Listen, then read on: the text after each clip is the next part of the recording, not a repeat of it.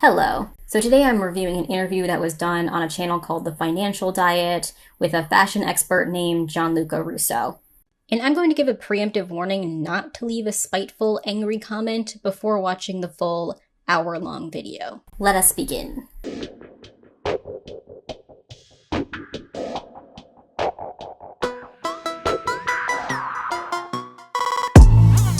Do you feel like it's fair to say that there is a tax placed on people for being in a larger body? Absolutely. I think it all goes down to the fact that this world is not created for or accommodating of people who live in larger bodies, despite the fact that we have statistics that show that the average American woman, and same for men as well, are plus size. But plus size people are taxed in many different ways. Literal tax, known as kind of the fat tax, which is a higher price that's attributed to clothing for having more fabric being needed, and then other ways as well. So the only concrete thing mentioned for this fat tax is more expensive clothing due to more fabric being used to make plus-size clothes. I don't understand why that isn't reasonable. The salon I get my hair done at adds an additional price for their services if your hair is longer than shoulder length, which makes sense because that requires more work and more product to deal with the longer hair. This is even the case with children's clothes. They tend to cost less than adult clothes because they have less fabric. So why is it unreasonable for a size 2 dress to cost less than a size 16 dress? How do you think that it's possible that we are in a society where, as you say, the majority of people, adults in the society, are falling into a category which is oppressed and ostracized and regarded as being an aberration when statistically they're the norm? I think a lot of it goes back to the fact that we don't see those bodies reflected. Hollywood, top CEOs, tech, all of the people we're seeing kind of broadcasted out there in headlines and imagery, what we're taking in is this very thin image. So the world doesn't see being fat as normal because there isn't a lot of representation in media of fat people. Sure, I guess. I disagree with the idea that being fat is seen as out of the norm, but I don't really have strong opinions when it comes to plus-size representation, other than I don't think it would be a good idea to have the average size of the US population represented in media, because, put plainly, the US population is very unhealthy. Almost 10% of the US population is considered morbidly obese, and I don't think it's a good idea to have 10% of media representing those people, just like it's not healthy to have very skinny, underweight women widely represented in media either. A lot of people would identify the past several years as being a kind of body positive era. I don't feel anecdotally that a lot of the bodies that I've seen really change. What is presented to me as aspirational, despite the body positive noise, it still feels pretty homogenous and pretty centered on thinness. What do you think have been sort of the progresses of body positivity, and where do you think it's sort of coming up short? It's a hard question because body positivity at its core had really great intentions, like you said. And if you go back years ago and even before body positivity was a thing, and you just kind of had the fat liberation movement and other advocates as well, there's these really great intentions and really great people fighting. I think what's happened in the past few years is we've seen this commercialization of body positivity happen, like you spoke of, and we're seeing kind of brands capitalize on this topic of self-love and how they can kind of market it. And in that, they have kind of pushed body positivity away from its core, which is about really centering plus size voices and the representation and accessibility of them. And they've made it something that's more of just kind of a welcoming of all, feel good about yourself message, which, while important, is not what body positivity was set out to do. And so this movement necessarily didn't start to be inclusive of all. It was specifically focused on larger bodies. We're not seeing as much progress as you think we would be seeing now, 10 plus years into body positivity, 30 plus years into fat liberation. We're not seeing the progress that we would have hoped for because it has kind of been co-opted and commercialized in these ways. So the question Chelsea gave was, why do you think there hasn't been much of an increase in fat representation despite the body positivity movement? And the response was the core messages of body positivity have been co-opted from the original goals, which were societal progress for fat people. That is not why body positivity was made. It has always been about loving our bodies despite the perceived flaws, and it just so happens in the past decade, there have been a huge increase in young, plus-size women that want to find a way to love themselves more. And that's how the decades-old fat liberation group collided with body positivity to create a hybrid that they claim was always for fat people, when it wasn't. And even the way Gianluca explained this doesn't make sense. He said that fat liberation has been around for 30 plus years, and body positivity has been around for about 10. If fat liberation and body positivity have always been the same, why has one been around decades longer than the other? And he also said that long before body positivity, people were advocating for fat people. So that also suggests that body positivity wasn't created to center fat people, because why would fat liberation create another movement that has the same goals as the original movement with a name that is less specific to the actual goals of the movement? And if that's the case, how can you say that body positivity has strayed from its original goals? From my perspective, it seems like the fat liberation movement retroactively co-opted the body positivity movement, which should be for everyone. And yes, corporations will take advantage of trends to capitalize on them, but he also mentioned how body positivity has been watered down due to corporate interests. But what about the fact that clothing sizes have been heavily expanded in the past 10 years? 10 years ago, it would have been almost impossible to find a size 20 in most stores, and now even mainstream stores like American Eagle carry those sizes. You think they did that because they just love fat people so much? No, it's because they saw money to be made off of providing for a new demographic. So you can say that corporate interests have watered down body positivity, but they've also adapted a lot to the larger population in a pretty short amount of time. Also, a lot of the models that you mentioned, they are larger than standard size models, but a lot of them fall into a very, very specific body type that is still, slim waisted, full chested, full hipped, and is, sort of like a very conventional hourglass figure, which at least, I think from a normal quote unquote average woman's perspective is like in its own way is still quite unachievable for most of us. Absolutely. And I think this is something that has frustrated a lot of plus size people because it's what they've coined the acceptable plus size body. And while it is far different than the bodies we saw in The Devil Wears Prada, it is not really reflective of what the average plus size woman is. And so what designers will do, they will take these size 12, 14 girls and make them their muses, and they will only represent them. And while there's nothing wrong with these women, and I'm in fact a fan of all those women I listed, they're not the only body type. I think that's the hard thing in the commercialization of body positivity is that it's centered individual body types when it should center the spectrum of them, which goes far beyond a 24 into a 26, 28, 30 plus. To start out, what Chelsea said in the clip was pretty much a reference to female beauty standards. The women we mostly see in media have slim waists, large chests, etc. Yeah, that's all true. But beauty standards are meant to be unattainable by the masses. That's not a good thing, but it's also not specific to a single demographic, i.e. fat people, small-chested women, whatever. The standard for the past 10 years was having a giant butt, also unrealistic. So this conversation is far from specific to plus-sized models. And Gianluca's response was he wants more representation for people above a size 30? Why? No. I disagree on a fundamental level. I think it was wrong for magazines to put women that were clearly emaciated and underweight on magazine covers in the 90s and 2000s, and I think it's just as wrong to put people that are grossly overweight on magazine covers in 2022. It's a different side of the same coin. Both unhealthy, both shouldn't be represented in a good light. He said that current representation isn't representative of the average woman's body, but as I said before, the average person in the US is unhealthy, and being morbidly obese shouldn't be normalized. So from a layperson's perspective, if most of the country falls into the category of plus size, then one would think it would be very lucrative for businesses to cater to that market, even perhaps more so than they cater to what I guess we could call straight sizes. And it's hard to understand what the financial rationale kind of is for that.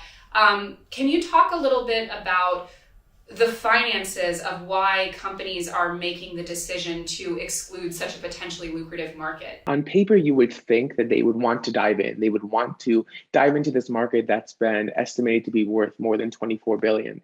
But in reality, there's a lot that goes into it that from the outside looking in, you wouldn't expect. The challenges from the financial perspective, though, come from the fact that diving into plus is a huge investment.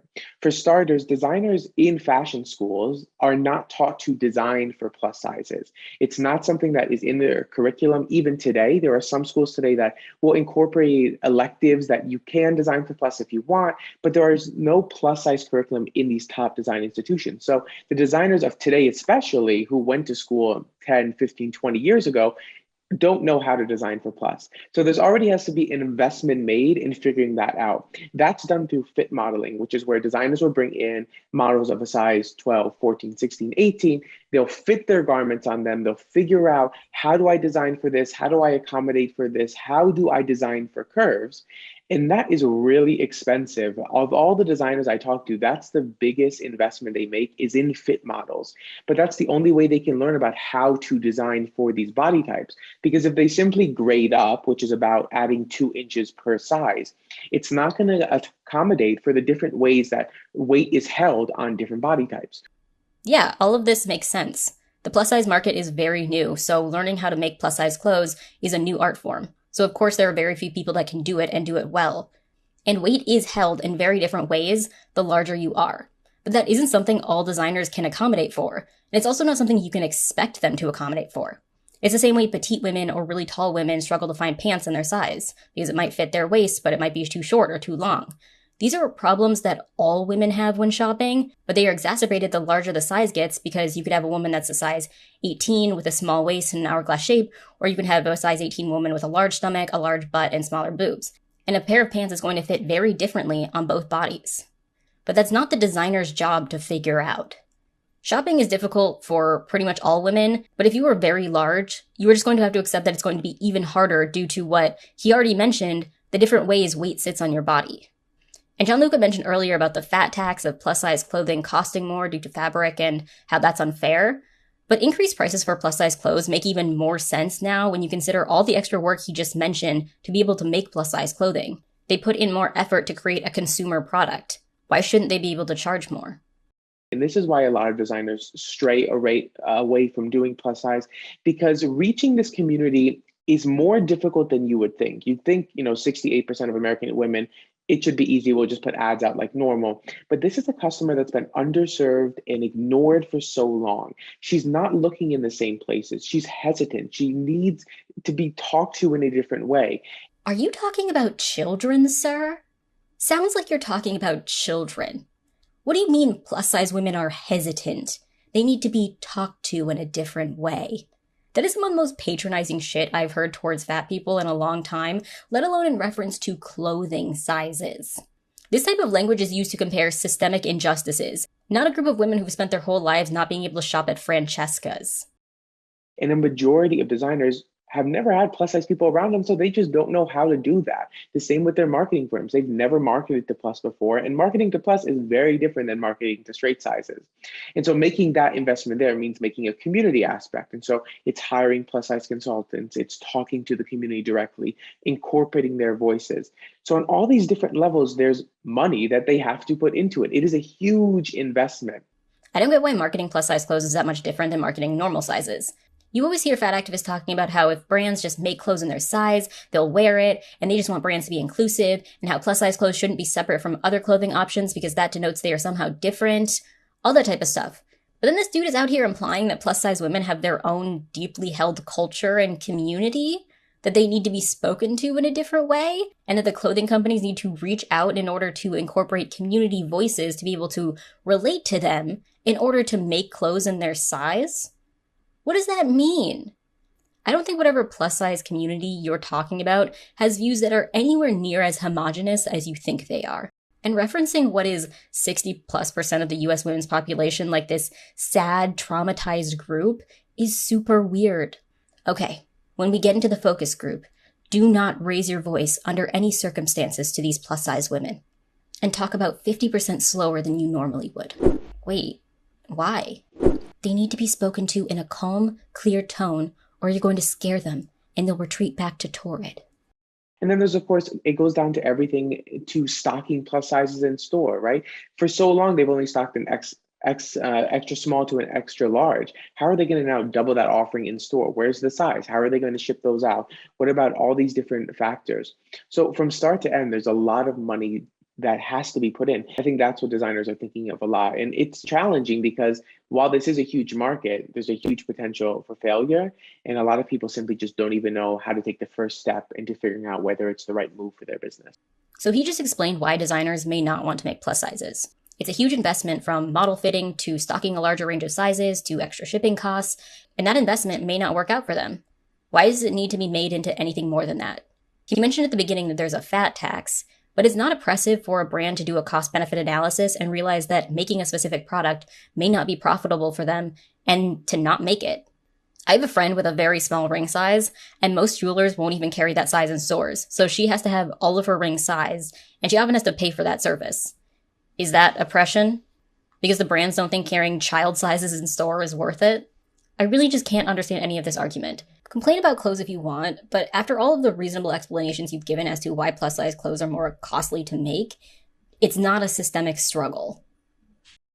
Something that I think has become very strange is diet culture. The outcome is generally the same, right? Like, you're still seeing an emphasis being placed on weight loss, but I think it's now become sort of superficially less acceptable to speak strictly in terms of weight loss. You'll speak in terms of, health and psychology and habit forming and, all of this stuff. But at the end of the day, a lot of it still boils down to calorie tracking with an explicit goal of weight loss. Can you talk about the state of the diet and weight loss industry right now? I think at the end of the day, a diet is a diet, right? You can't escape it from what it is. But with that commercialization of body positivity, the diet industry has tried to welcome in this message of self-love where it doesn't fit, which is why we see it happen so much that people will say, oh, this isn't a diet, it's a lifestyle change. When really at its core, what is it? It's a diet to lose weight. Maybe you're right, Gianluca. A diet is a diet. But that begs a few questions. One, even if a lifestyle change is a diet, why is that a bad thing? And two, why is the channel you're being interviewed on called The Financial Diet? And to answer that question, we have to go back to 2014 to find a blog that was first written by our host Chelsea to document her financial journey. Hi, I'm Chelsea. I'm a writer living in New York City, and I have a problem. A problem that I'm finally trying to be accountable for, and to be honest about, and hopefully change. I spend money on stupid shit. I spend money on a lot of stupid shit. Thus far, my idiotic spending has mostly been limited to not saving that much money at all and burying myself in massive credit card debt, but that's not really because anything smart or proactive on my part. The main reason that I don't have a credit card is because, like many pre-economic crash 18-year-olds, I was offered a credit card at my high school graduation that I promptly maxed out and didn't pay back for a good 4 years. That's paid off now, but the shoddy credit that lingered as a result enabled me to only get a credit card with a comically low credit limit that I am religiously paying off. Hopefully, if I continue this indefinitely, eventually a bank might look at me as a reasonably sane adult who made some adolescent mistakes, and not perpetual teenager who should be given one of those junior savings accounts that comes with a free Hello Kitty backpack. This blog was meant to document Chelsea's improving relationship to money after a lifetime spent of horrendous money habits, and she called it the financial diet because the slow changes she made to improve her relationship to money is similar to the long-term changes one needs to make to improve their relationship to food. Like, for example, a lifestyle change. So in a slightly different world, this original post could look something like this. So, I have a confession. I have a terrible relationship with food. Just completely awful, and I always have. It started when I was a kid. I was always a bit chubby, but things really accelerated towards the end of high school. Without getting into too many boring details, I didn't make it onto the sports team I wanted, and this led me to basically doing no exercise for the next 8 or so years. On top of that, I have a junk food problem. I'm not into sweet honey buns, Swiss rolls, or chocolate bars. My vice is salty foods. Chips, cheese puffs, and other savory snacks have this hold on me that I can't really describe. But all those years of never exercising and indulging in whatever snack food suited my fancy that day have led me to being 316.1 pounds as of today. For the longest time, I saw my weight as normal. I was never that much bigger than the people around me, or so I thought, and it never caused problems in my life. And I never had a full rock bottom moment. But in the past year, there have been a few nagging ailments and a few embarrassing experiences that really brought my bad relationship to food and exercise into perspective. The worst one was a bachelorette party that ended with me crying in an alley because I was in so much pain trying to keep up during the bar crawl. And if I'm honest with myself, that throbbing knee pain wasn't new. And now that I'm in my mid-20s, I think it's time for me to really take my physical health seriously. It's time to focus on those food habits and lose this extra weight. Let's go. the diet industry is just trying to stay alive. It's not going to make a change. I mean, we have the statistics that over 90% of diets fail.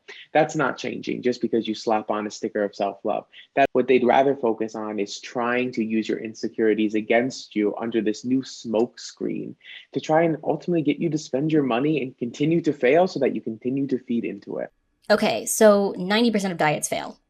That's less than the 95% statistic I hear all the time, but still, where is that number coming from? There have been no comprehensive studies done in the past 30 years that show this number is anywhere near accurate, and yet it's treated like canon among fat activists. And yes, there are companies and industries made to capitalize on people's insecurities and sell scammy diet products. But dieting doesn't have to mean buying pills or apps or a bunch of fitness equipment or wraps or anything like that. You can improve your relationship with food and possibly lose weight without benefiting the diet industry. This guy has this idea that the only type of diet that exists is going on Weight Watchers or joining Herbalife and drinking protein shakes. What if you just eat more vegetables, consume less liquid calories, and go for a long walk every day? That's still a diet if you're changing how you're eating, right? And it's also a lifestyle change that's objectively healthy. I don't get this black and white thinking when it comes to what a diet is. Dieting can be healthy, and in most cases, it should be a lifestyle change. Why do they fail on average diets? There's a kind of a handful of reasons. I think a lot of diets last for about 2 years. I think it's at the 2-year mark that you see most of them fail. And most of it is about sustainability, right? So when you're on a diet, it's usually very restrictive. It's something that, a lot of times is not healthy, and you're following a very strict structure.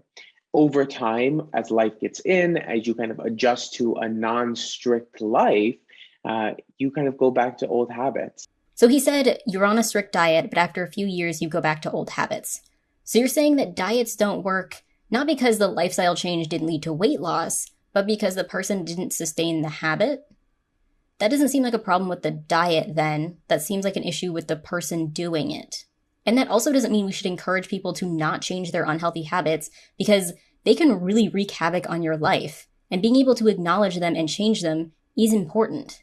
As written by Chelsea herself about her unhealthy habits, when it comes to the empty calories of spending, I try to think of the first things that always end in regret. Things that I get rid of without feeling like I've lost anything because their purchase was made out of habit, laziness, or some kind of emotional search that should have been answered with self-reflection and personal growth instead of charging some random item on my debit card.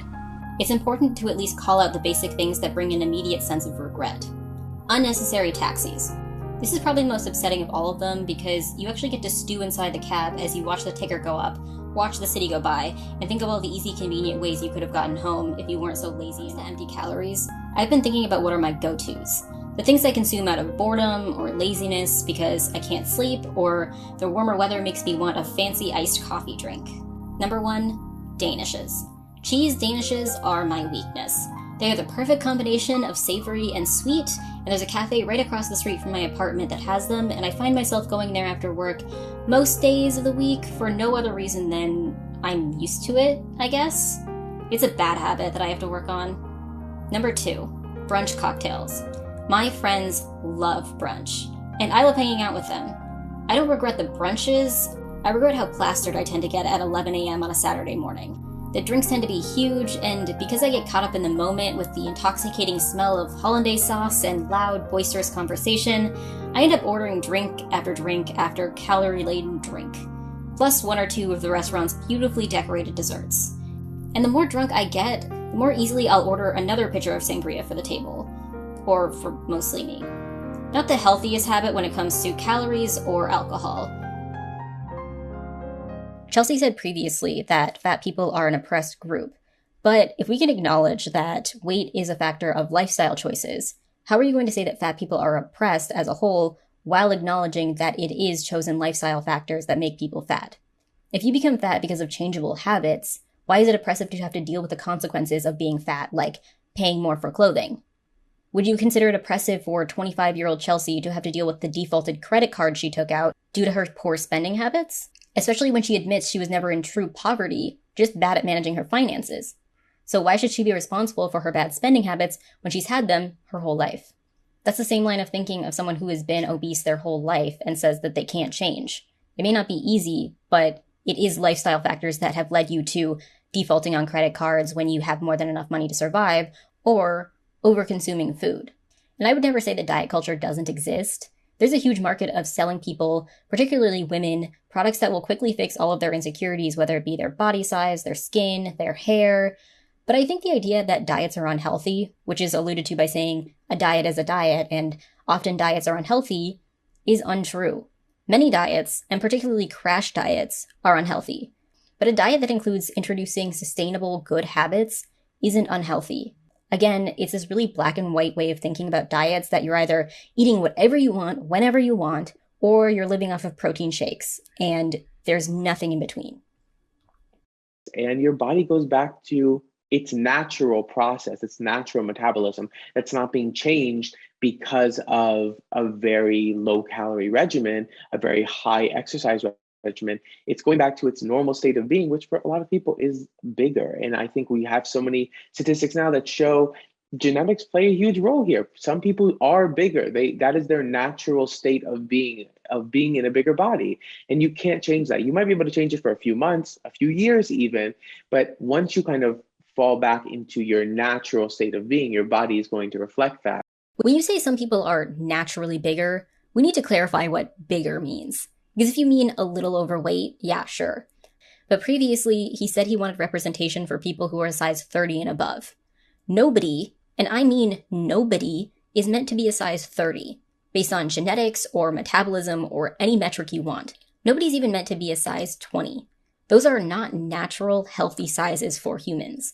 And if that was the case, if it is natural, why were those sizes all but non-existent throughout human history until the last 30 years? How did genetics all of a sudden make a bunch of people 30% larger? And before he said that diets fail because people don't stick to them, right? But then he also said that it's genetic to be in a larger body. So is our food size related to our size, or is it all genetics? Or is there some weird workaround where some people are larger because of food, but for others it's genetic so they can eat as much or as little as they want and always end up at 250 pounds? And I love how he said you can get back to your original size once you fall back into your natural state of being, aka once you revert your eating and lifestyle habits back to the ones that made you overweight in the first place. Why don't you just say that instead of calling obesity your natural state of being? When it comes to the finances of it specifically, we talked at the very beginning about the quote fat tax. That basically in all of these areas that we touch on, and when we touch on the finances of them, we will get comments along the lines of like, but you have to understand this is very different for people in a bigger body. So can you talk a bit about the specific costs that are placed on people in larger bodies to overcome those things? Absolutely.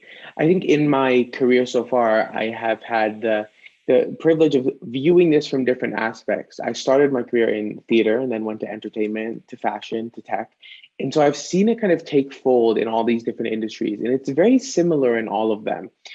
For instance, if someone is going for a job interview, right, and someone wears a size medium, they can go to the mall the night before and find something in their size easily. They have an array of options. They can pick what fits them best, what they want. They can purchase that, whether it's an expensive garment or fast fashion. They can pick that, they're good.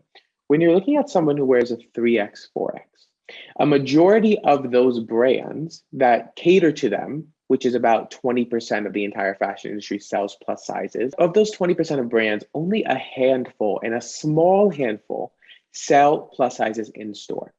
So these plus size shoppers, if they have a job interview the next day, if they're going to work in tech where, a lot of times people are wearing suits for these big meetings and all of that, they have to go and order online. Well, they can't do that the night before. And if they do, they're going to have to pay for that expedited shipping.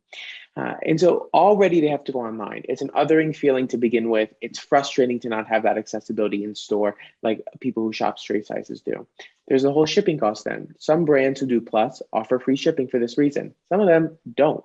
And so you have to pay for shipping. If you need expedited shipping, you're paying for that. Then it could come and not fit. So you're paying for it to go back if they don't have free returns. Then you have to order it again. So all that time, your interview's probably already gone. You already missed out. You probably didn't go.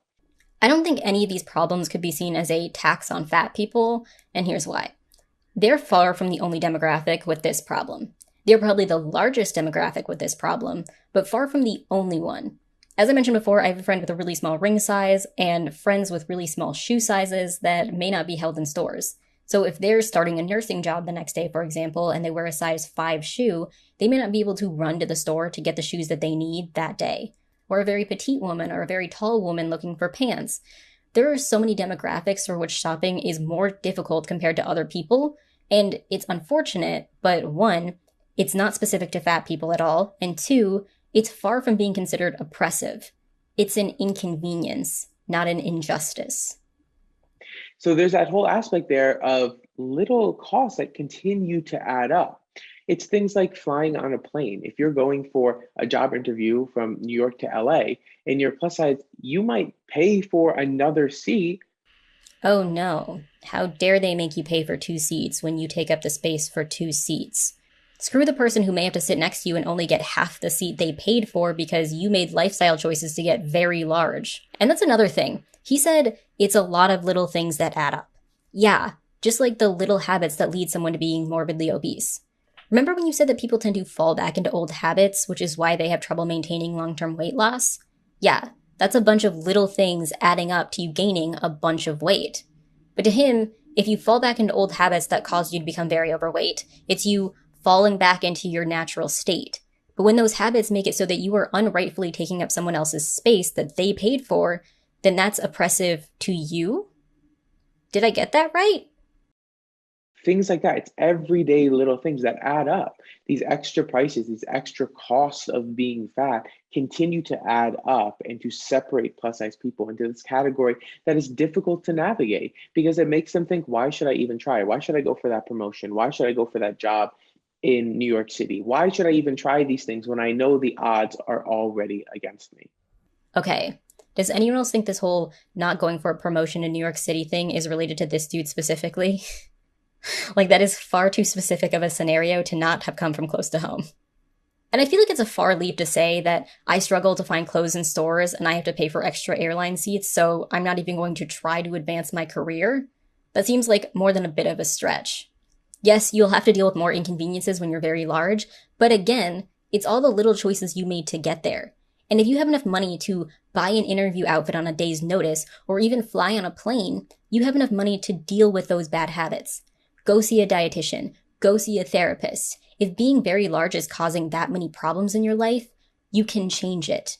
Figure out the reasons why you overeat and work to address those problems. So much of my frivolous spending can be traced back to going out for no reason, whether that's hitting a bar after work, making several coffee runs throughout the day, or stopping on the way home to pick up takeout because I'm too lazy to cook. And when I think about it, a huge part of it stems from the fact that being at home feels, in some weird way, like a failure. Part of it is extroversion. Being alone can drain me, particularly when it's repeated and not voluntary. But part of it is also not taking the time to make my home feel as luxurious, comforting, and refreshing as a day out can feel. I had an epiphany. So much of the empty calories I consume are the result of boredom and loneliness. I am a proud extrovert, and as I've gotten into adulthood, I haven't been able to socialize in the same way I could when I was a kid. Going to school every day, seeing my friends, after-school activity. Socializing was so effortless. But now I come home from work and realize I'm going to spend the rest of the evening alone in my desolate apartment. And right as a small amount of loneliness is about to set in, I think, well, there are chips in the cabinet. Let's zone out and watch YouTube videos. Or the coffee shop across the street might have those spinach croissants I like. And before I have time to sit down and bask in the emptiness of my apartment, I have something else that brings me joy. Food. But part of this week has been dedicated to subduing that habit. I started getting black bean chips instead of regular chips because I've heard they're healthier. I also rekindled an old hobby, knitting. I know the idea of knitting to cure boredom may seem like a bit of a contradiction, but I loved knitting as a kid, so I'm hoping it'll be a good way to keep me occupied.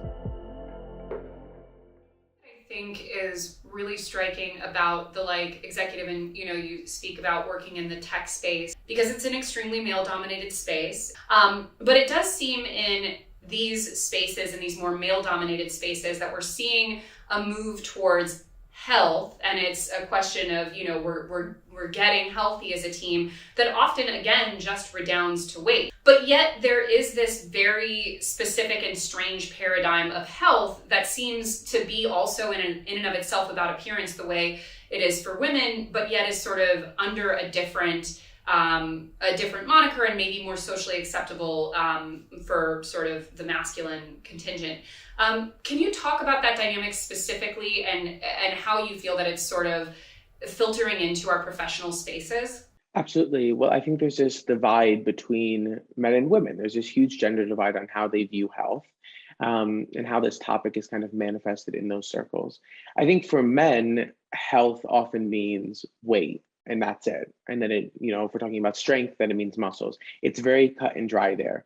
And so, with all these men in charge of tech and all these other industries, that's kind of the message that they're promoting is health means how much you weigh, when really that's not the case, and health is so much more complex and multi-layered than that. But they really simplify it down to just that because that's what we've been told for so long, right? By the BMI and by all these different doctors and professionals, is that what you weigh equals, what your health status or level is.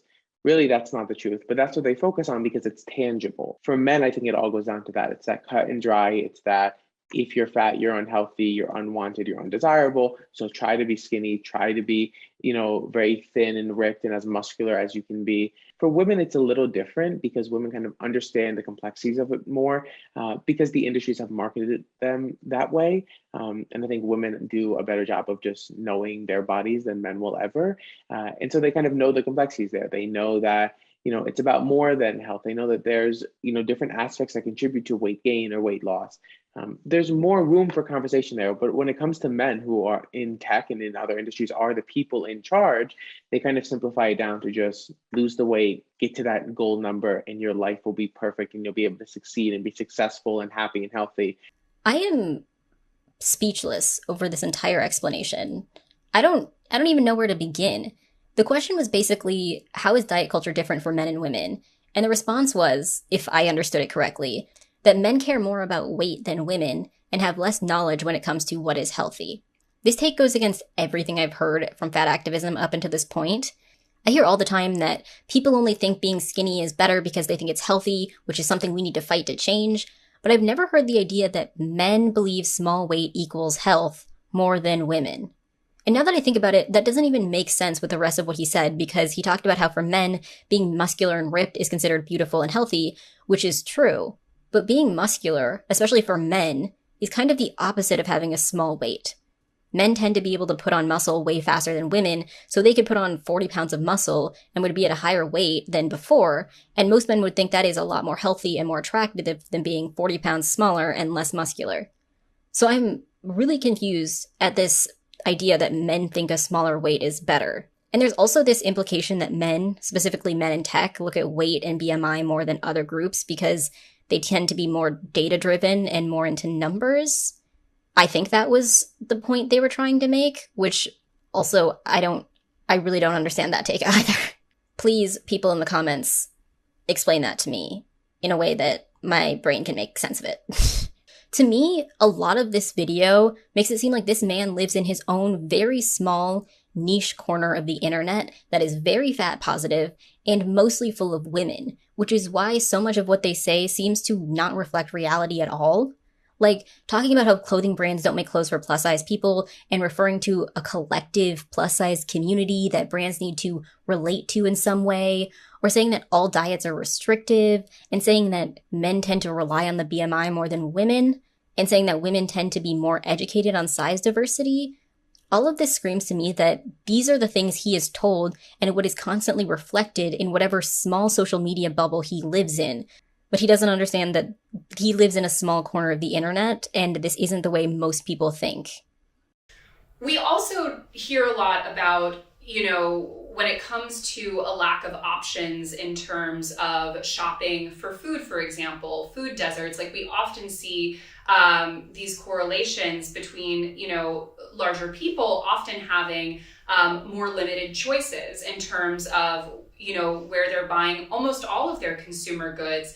And it's ironic that we talk so much about sort of reframing this through health when, the accessibility of huge amounts of the country to even access fresh produce, things that are quote unquote the most healthy is so limited. Can you talk a little bit about sort of the socioeconomic landscape and the consumer landscape of being plus size? Absolutely. I think the statistics show that a lot of people who are plus size come from a lower socioeconomic background. And like you said, that's because of things like food deserts, it's accessibility, availability. What can they get at a low cost point that is going to sustain them? And then if they have families, sustain their children, sustain the people that they're taking care of. There is so many factors there that we kind of often put blame on a person for, right? It's your fault you're this big. You made yourself this way, when we don't take into consideration everything else that's going on around here. People who are kind of outside of these areas of availability and accessibility have to do the best with what they're given. And oftentimes that means things like fast food. It means things that are cheap, easy. These are also people who are likely working, 2-3 jobs. They have to make ends meet. They don't have a lot of money to spend on food, especially if they have young children, if they have families, if they're taking care of grandparents, all these different aspects here. Money is tight. People do not have X amount of money to just throw around on food. They just need to make ends meet and make enough to sustain the people that they're taking care of, including themselves. And because of that, they go to places like, fast food places and places that are not quote unquote healthy, but that are available. What's going to happen is what we see. People are of a larger size. People are unaware of this. They don't have access to these things. It's the whole cause and effect conversation once again. Okay. So the crux of everything he just said was that food deserts and other socioeconomic factors can lead people to being obese because they only have access to unhealthy foods. That's true. But doesn't that go against the previous statement? He said that being thinner doesn't necessarily mean being healthier. He said before that some people are genetically fat and implied that weight shouldn't have nearly as big of a factor in determining health, if it should be considered a factor at all. But doesn't that contradict the sentiment that some people are fat because they only have access to unhealthy foods? Because if being morbidly obese on its own isn't healthy, then why mention food deserts at all? Fatness isn't a health issue, right? I'm confused at the ideology this man has when it comes to weight and size. Being fat isn't unhealthy, but poverty can lead people to being fat, and that's a problem. Okay. This reminds me of the I Weigh podcast episode I reviewed when the guest said that obesity isn't unhealthy, but the food environment that caused obesity is unhealthy. Which is a hell of a contradiction, because how can the food people are consuming be unhealthy, but the effects of consuming too much of that food isn't unhealthy? That's like saying lead-filled water is unhealthy, but drinking it isn't.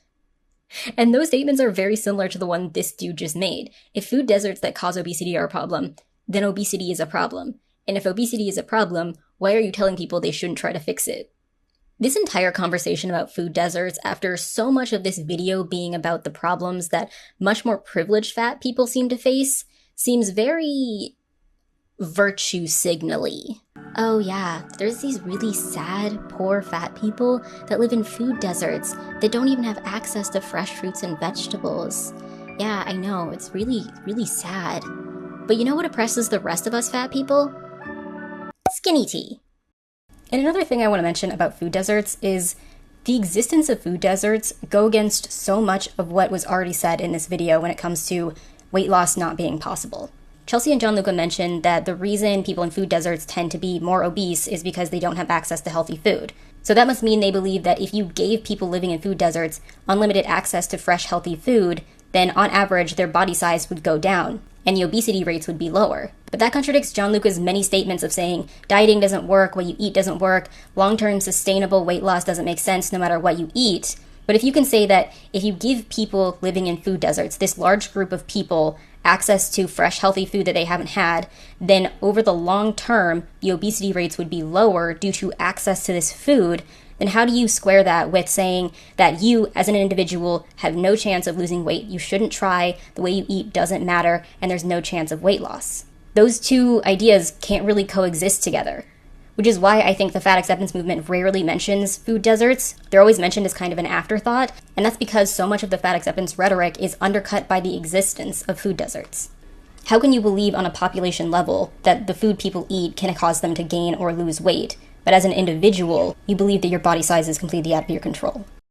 My absolute all-time nemesis in terms of personal finance memes are the ones where it'll be Like a guy will go to the grocery store and get like a bag of dried beans, a bell pepper, an onion, like a thing of oil, whatever, and be like, I'm feeding my family of 6 for 40 cents a day. But also, like, how long does it take you to prepare that stuff? Like, how long does it take you to portion it out, to freeze it? Like, do you even have the proper storage to keep all that stuff? Like, it is just, to me, the extent to which people feel empowered to shame people for opting for convenience when, as you put it, we're talking about a country where very few people are even paid a living wage at their primary job to not have to work more than one job if they're raising a family. Like, the shaming that happens for just like opting for something that is relatively convenient is just mind-boggling. Yes, people who lack resources shouldn't be shamed for choosing convenience, but 2/3 of the US population is overweight. So lacking the time and money to buy in bulk is not the reason most Americans are overweight. It makes sense to say there are a lot of factors that can make it difficult for someone to eat healthy, but those factors have to do with access to money, like being in poverty. So if someone lives in a food desert and is fat due to lack of access to healthy food, their fatness isn't why they would be considered oppressed. It would be the lack of money that caused them to live in a location with no access to fresh food. Classism and poverty is the problem, not being fat. Fatness is a symptom of the problem.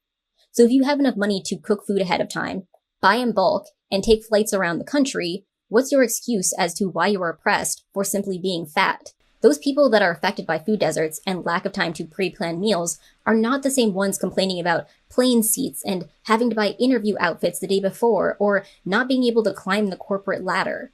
Those are privileged people issues.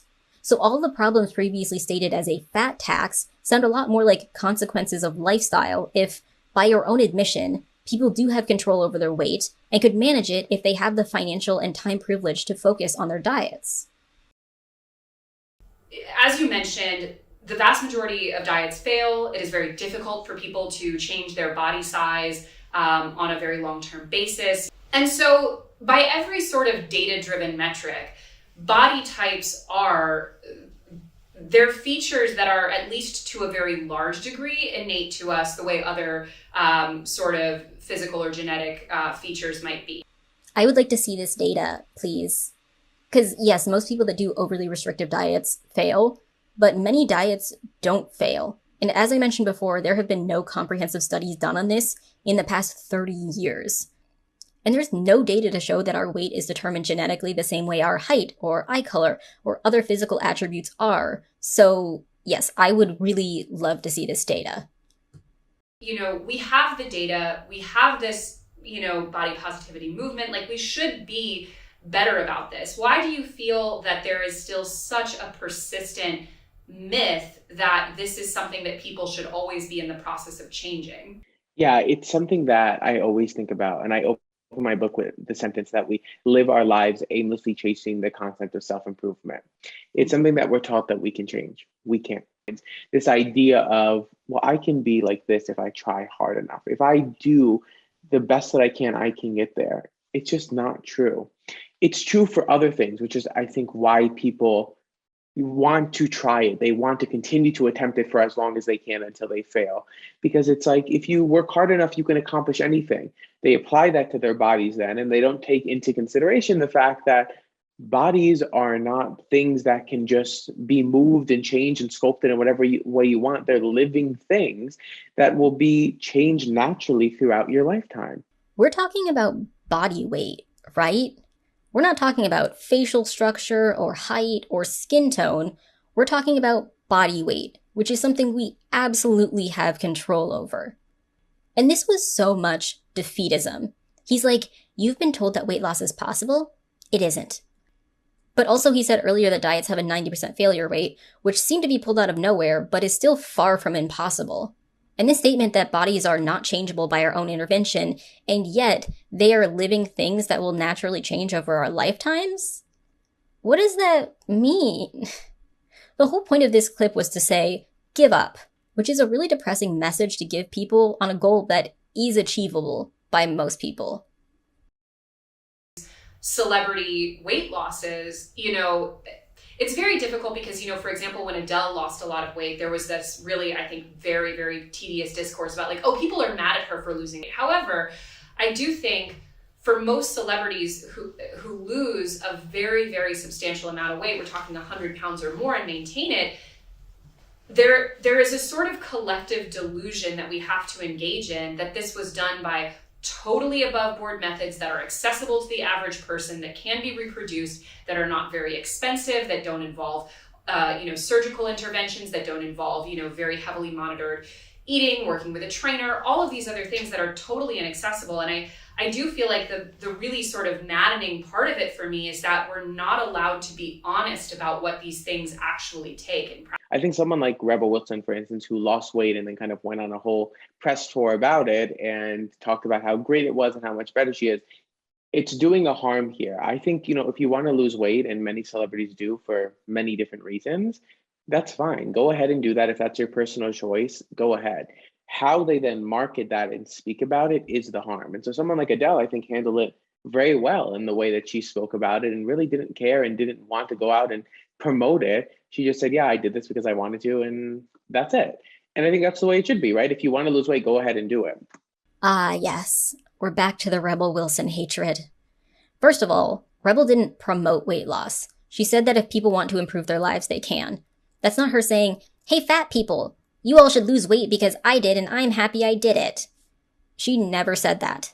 The only egregious act she committed against the fat activism movement was saying that she was happy she lost weight. That's it. The idea that Rebel promoted weight loss to her followers is a lie. Rebel lost weight and she said she was happy she did it, and Adele, on the other hand, lost weight and said it was because she wanted to. Why is one of those offensive and one of them isn't? Because you'll see it's not oftentimes just eating less, right? These people are, like you said, using drugs and using trainers and having very strict regimens, and people prepare their meals for them. They're having all these things that a normal person has no time, money, or resources for. Okay, so they said when you pull back the smokescreen, these celebrities that lose weight do it not because they eat less, but because they have trainers, nutritionists, private chefs, and drugs. All of those things, aside from the drugs, lend to the idea that weight loss is about what you consume. If you have chefs making healthy, calorie-sufficient meals and you're exercising regularly, then the weight loss you achieve is still because you consumed less calories than you were burning. And yes, it's probably easier to lose weight with extra additions like personal trainers and dietitians, but that's not justification for saying that it's not possible for the average person to do the same thing. Most things are easier when you have money, but that doesn't mean it's impossible to do it without money. It's the difference between having a personal trainer teach you how to use a cable machine and learning via a YouTube video. Yes, one is less efficient and will probably take more time, but it's far from impossible. And to say that drugs are helping people lose weight? What drugs? The only drugs that might help with weight loss are amphetamines, and that isn't something only celebrities have access to. There aren't some magical diet pills that help people lose weight, and if you believe that, you are far deeper into diet culture than you think. And all of this seems like a good time to bring up that Chelsea here has lost and maintained a considerable amount of weight loss. 3 years ago, I lost between 20 and 30 pounds in about a half-year period. It's more accurate to say that I dropped about 4 dress sizes. And when I lost that weight, it was because I knew, if I was being honest with myself, that I was not healthy in that body. By the age of about 25, the combination of my sedentary office lifestyle and the fact that we got free lunch on Seamless every single day at my office, and the fact that I no longer worked out basically at all, including my commute, which was literally walking 2 blocks, I had very rapidly packed on a good amount of weight. And of course it happened kind of slowly in the 4 years between those 2 periods, but really in my 25th year I started to notice how different my body was and how I didn't feel good in it. I knew, if I was being honest, that it was mostly because I was really inactive and not eating stuff that was great for me. So I decided to lose weight, which I did almost entirely through intermittent fasting, and it's also something I still practice to this day. It's basically just how I live. I don't look at it as any kind of diet, it's just how I eat food. So all in all, I feel much, much happier in my body today than I did those 3 years ago. And while no one's personal situation can automatically work for other people, it should be said that I've been able to maintain this body more or less for 3 years without really having to try for it. So Chelsea, you implied that Adele's 100-pound weight loss couldn't have been done by above-board means like diet and exercise. But your 30-pound weight loss has been sustainable long-term with diet and exercise. Why is that? Maybe it's because she believes the larger the amount of weight someone would need to lose in order to be in a healthy weight range, the more unrealistic that amount of weight loss is. And if that's the case, what is the threshold between when someone can lose weight by above board means and the ones that can't?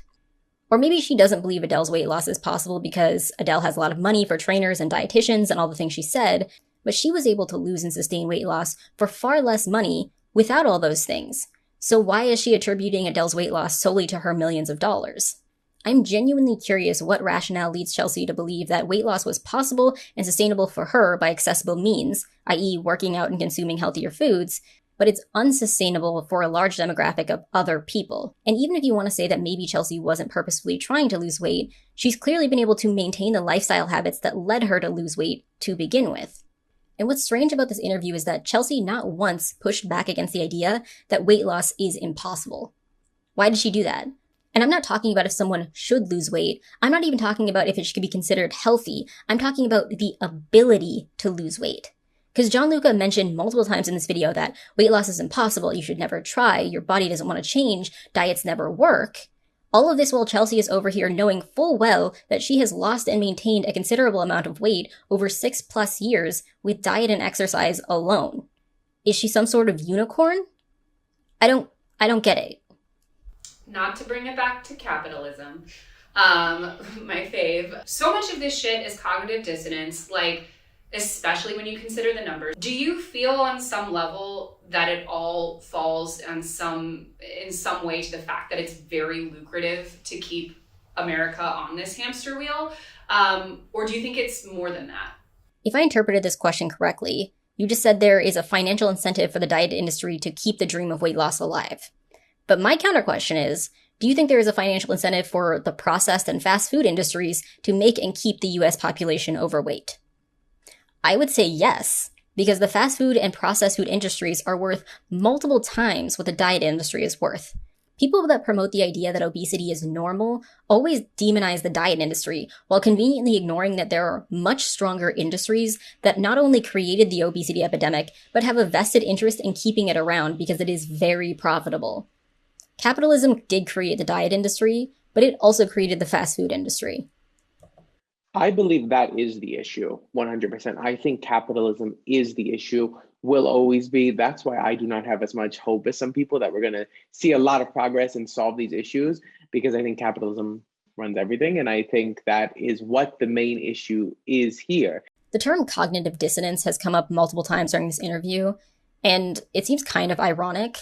How can you recognize that there is a capitalistic diet industry made to tell people to get skinnier, but just accept as fact that the rise of obesity within the past few decades is just, what? A natural change of evolution? Not a strategic, lucrative move by the fast food and processed food industries to sell their products? No, it couldn't be that. It's because of the increased UV rays due to the dying ozone layer. That's what it is. Nobody in fat activism ever has a reason as to why the US population has increased so dramatically in size within the past 40 years, because they refuse to acknowledge the processed food industry as a problem. Their anti-capitalist spirit only awakes when they get to crap on the diet industry. But if you can acknowledge the harm of the diet industry, but you can't do it with the fast food industry, who's really experiencing the cognitive dissonance? When you talk about the medical incentives specifically, why is it, do you think, that it is so much easier in many cases to default to treating the sort of issue of a larger body? Did you just put issues in quotes? Ma'am, obesity does cause health problems. The issue isn't a myth. Also, do you work in medicine? What credentials do you have to go against the well-known fact that obesity is unhealthy? Defaulting and redounding to losing weight, than to explore what health really means in all of these different bodies. Weight is a metric for health. And based on the fact that you just put issue in quotes when referring to weight, I have a feeling you don't believe that.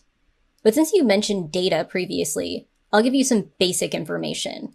Obesity leads to higher rates of coronary heart disease, strokes, type 2 diabetes, osteoarthritis, high blood pressure, many types of cancer, and countless other health problems. And this type of information about obesity is widely accepted, well-researched, and easy to access by every major public health organization in the United States. So do you either, 1, not know about all of the well-researched reasons why obesity leads to health problems, or 2, you think the idea that obesity leads to health problems is a conspiracy. Because I will say pretty confidently that believing there are no health issues associated with obesity, despite the mountain of evidence that's available from every public health organization in the country, is a conspiracy. You said earlier you believe in data, but you seem to be blatantly ignoring any data that doesn't suit your narrative. I think it's easier to look at it from that perspective. I think the medical industry has used the statistics about, how your body operates at a certain weight as kind of the scapegoat for a lot of problems. And so instead of digging deeper, they know kind of cut and dry that if you are of a higher weight, you are more predisposed to these problems. That's probably the problem. Let's try that first. If that doesn't work, maybe we'll see something else. They're kind of going for the easy answer. A lot of that is attached to the stigma that is faced against these larger bodies. And so these doctors look at these patients, they see they're of a larger weight. Their instant reaction based on that bias and stigma is to offer weight loss because they think, based on everything they know, that will be the cure for a majority of the problems that they are predisposed for. So let's try that first, and then we'll dig in deeper. And so I think they judge by the weight first because they look at things like the BMI and what those kind of studies show them, that yes, maybe if you are of a higher weight, you are predisposed to X, Y, and Z. You can have a higher risk of all of this. That is all true. However, that doesn't mean that it's going to be the problem. There can be another problem there that a thin person is experiencing as well. But if you can't look past the weight and not consider the weight there, then you're not going to see that. But people can't look past the weight. First of all, I want to acknowledge that Gianluca, the fat activist in the scenario, actually said something that is far more reasonable than our financial expert, Chelsea. At least they acknowledge that yes, having a higher BMI on average leads to more health problems. And aside from that, yes, doctors can sometimes be neglectful when it comes to obese patients.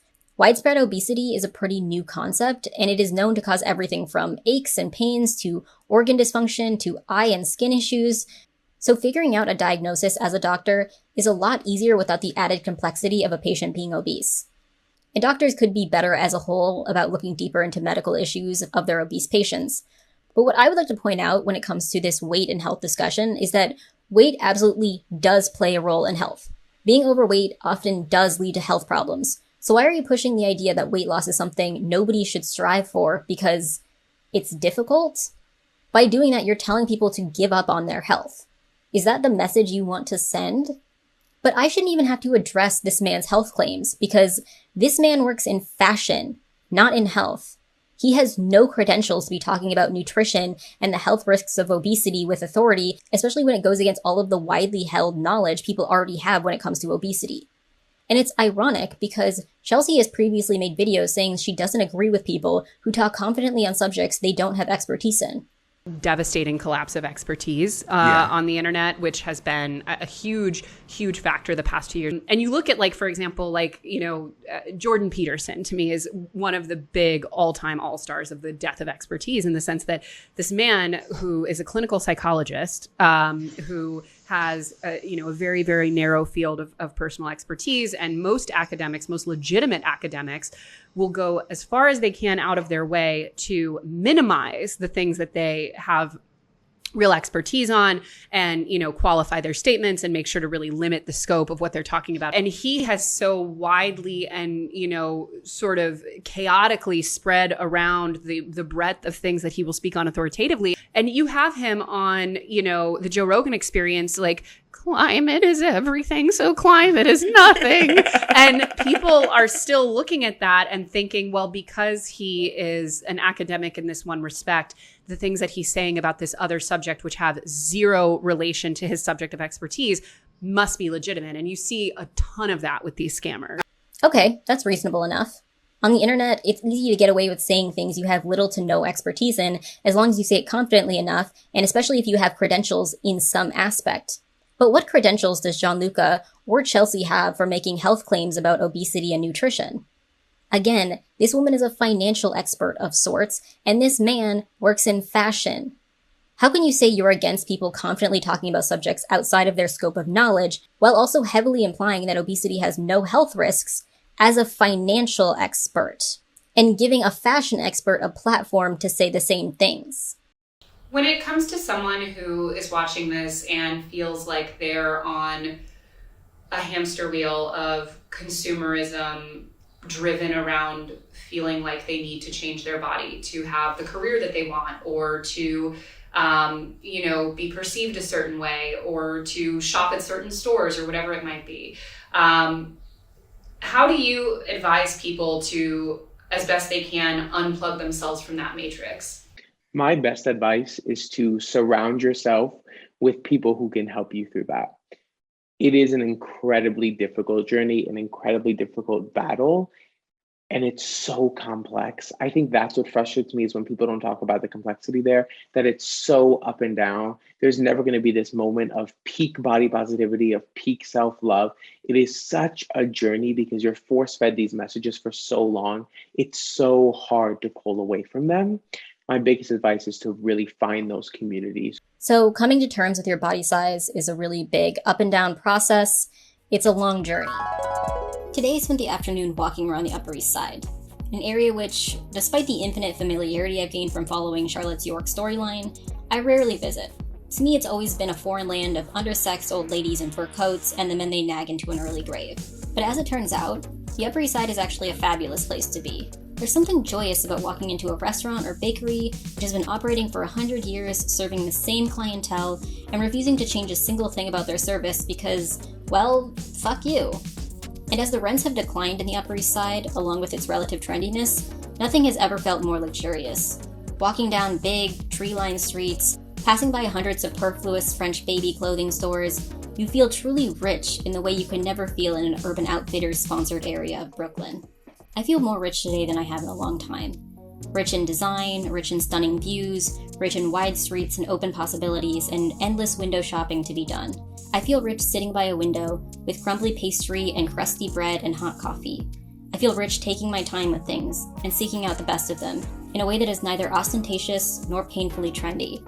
And it turns out that spending nearly endless disposable income on chic brunches or exposed bricks or mixologist-approved cocktails feels, at the end of the day, a bit cheap. Today is Saturday, and I did a different type of brunch. The place my friends and I usually go to had a small flood, so instead we went to this cute coffee shop a few blocks away.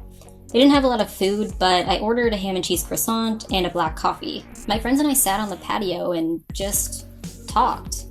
We discussed the latest episode of The Bachelorette and all the drama that went with that, and played a new game of guessing how long each of the couples that passed by us had been together.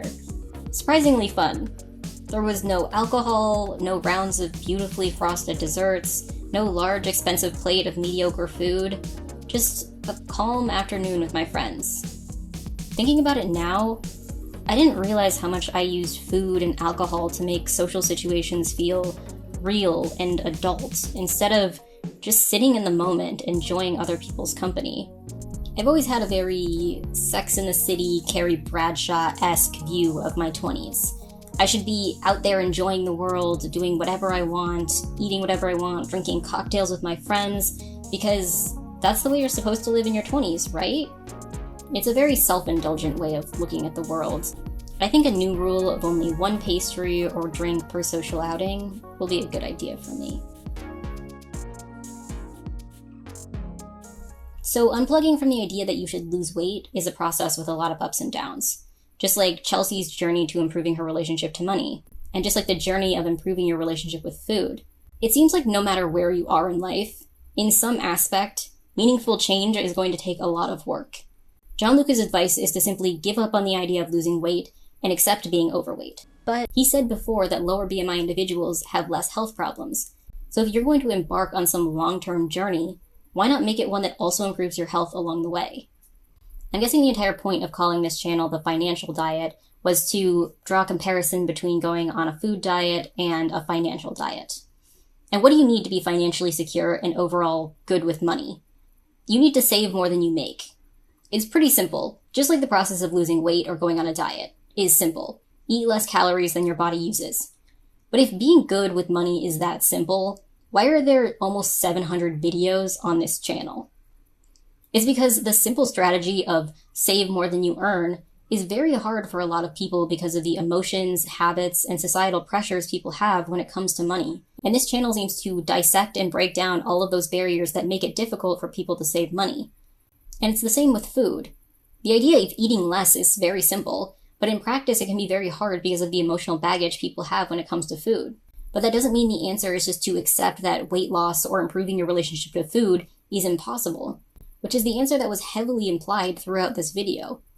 There were statements like long-term weight loss isn't achievable, some people are genetically larger, 90% of diets fail, etc., etc. But I would venture to say that 90% of the people who have never made a budget before will fail on that budget the first time they do it, or a figure somewhere around there. Is that a reason to never make a budget? But what is the financial comparison of losing weight when you're overweight when it comes to bad finances? It's being poor or being in poverty. But how would Chelsea feel if I said that poverty is fine and natural and that poor people shouldn't even try to improve their finances? Yeah, for some people, becoming not poor is easier than others due to countless circumstances that are out of your control, just like the fact that some people have food addictions and breaking that might take some serious intervention and therapy. But that doesn't mean that 1, people shouldn't try to improve their circumstances, and 2, their bad situations should be normalized. People can lose weight, people can improve their finances in some capacity, and to tell people they shouldn't even try is horrible, because you're telling people to give up on themselves.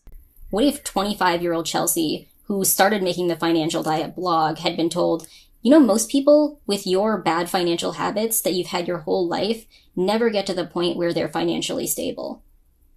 That's a true statement. But what would have happened to her life if she had taken that advice to heart?